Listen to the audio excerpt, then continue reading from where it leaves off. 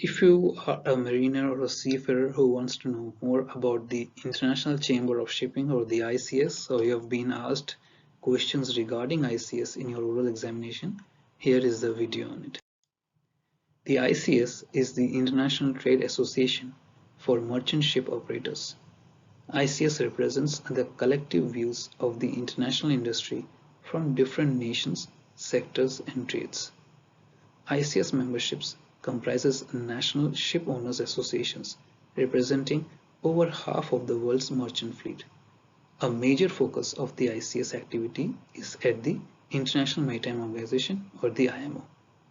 ICS is heavily involved in a wide variety of areas including technical, legal and operational matters affecting merchant ships. ICS is unique in that it represents the global interest of all the different trades in the industry, that is the ship owners, the ship operators, as well as third-party ship managers.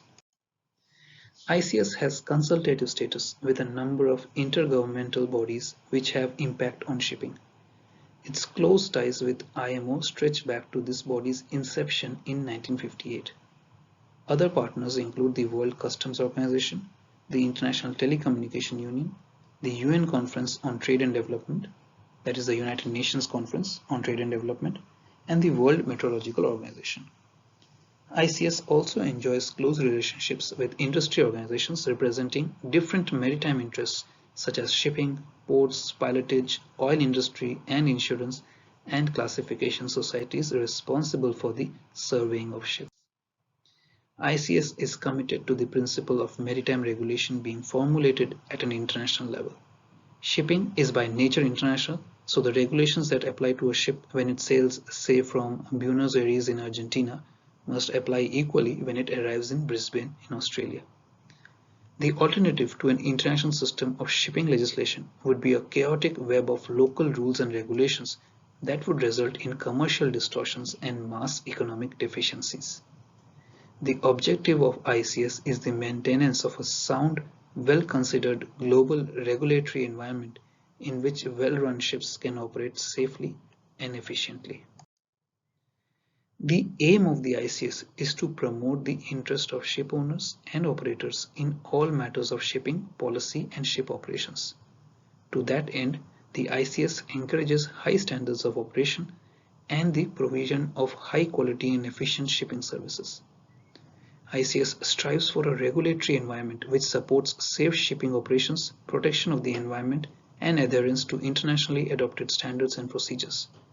It also promotes properly considered international regulation of shipping and opposes unilateral and regional action by governments. The ICS presses for recognition of the commercial realities of shipping and the need for quality to be rewarded by a proper commercial return. It remains committed to the promotion of industry guidance on best operating practices.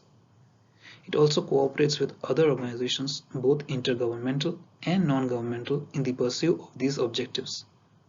Finally, it anticipates whenever possible and responds whenever appropriate to policies and actions which conflict with all the above. How the ICS works? Well, the national associations that belong to ICS provide national representatives through a network of committees, which are responsible for developing the international policy of the industry, including positions to be adopted on international maritime regulatory questions. The national representatives to ICS committees include experts from individual shipping companies who are members of the National Ship Owners Association that belong to the ICS. So far as possible, the ICS represents the views of the entire shipping industry at various forums, which develop international maritime conventions and recommendations, especially the IMO. The ICS is particularly influential because of the support it receives from its member National Ship Owners Associations, which represents the views agreed within ICS to their national governments, which in turn comprise the membership of bodies such as the International Maritime Organization. Thanks.